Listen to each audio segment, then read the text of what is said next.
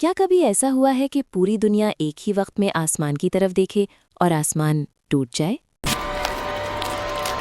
کیا تاریخ میں کوئی ایسا لمحہ موجود ہے جس پر الزام بھی لگا، انکار بھی ہوا، مگر گواہ دنیا کے مختلف خطوں سے ملتے ہوں؟ اگر چاند واقعی 2 حصوں میں تقسیم ہوا تھا تو سوال یہ نہیں کہ کیا ہوا، اصل سوال یہ ہے کہ کیوں جھٹلایا گیا۔ یہ مکہ تھا، جہاں سچ تجارت میں نایاب تھا، یہاں سچ نایاب ہے۔ جہاں طاقت کو حق اور رحم کو کمزوری سمجھا Oppression جاتا is تھا۔ a right. Mercy is weakness. لیکن اسی شہر میں ایک شخص تھا جسے دوست اور دشمن صادق اور امین کہتے تھے۔ 40 برس تک کسی نے ان پر جھوٹ، خیانت یا بددیانتی کا الزام نہ لگایا۔ Son, there is no good man in Mecca but Al-Amin, one and only. لوگ اپنی عمر بھر کی کمائی اسی ایک شخص کے سپرد کر جاتے تھے۔ جب اسی سچ بولنے والے شخص نے کہا، ایک اللہ کو مانو، تو وہی چہرے بدل گئے۔ قریش نے کہا، اگر تم سچے ہو تو کوئی آسمانی نشانی دکھاؤ۔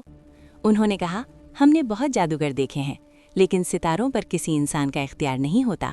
عبداللہ بن مسعود کہتے ہیں، ہم سب نے دیکھا، رسول اللہ صلی اللہ علیہ وسلم نے انگلی سے چاند کی طرف اشارہ کیا اور چاند 2 حصوں میں تقسیم ہو گیا، ایک حصہ جبل قبیس کے اوپر اور دوسرا قریطان کی پہاڑی پر چمک رہا تھا۔ آپ صلی اللہ علیہ وسلم نے فرمایا، گواہ رہنا۔ قریش نے کہا، یہ جادو ہے۔ یہ تو کلا جادو ہے۔ لیکن جب باہر سے آنے والے مسافروں سے جی پوچھا ہاں، گیا ہم نے بھی چاند کو 2 حصوں مگ بتکائی دکھا۔ تو انہوں نے بھی تصدیق کی، ہم نے بھی چاند کو 2 حصوں میں دیکھا ہے۔ پھر بھی غرور نے ماننے نہ دیا۔ قرآن نے اعلان کیا، اقتربت الساعۃ وانشق القمر، قیامت قریب آ گئی اور چاند پھٹ چکا۔ یہ معجزہ صرف مکہ تک محدود نہ تھا، بلکہ دنیا کے مختلف حصوں میں دیکھا گیا۔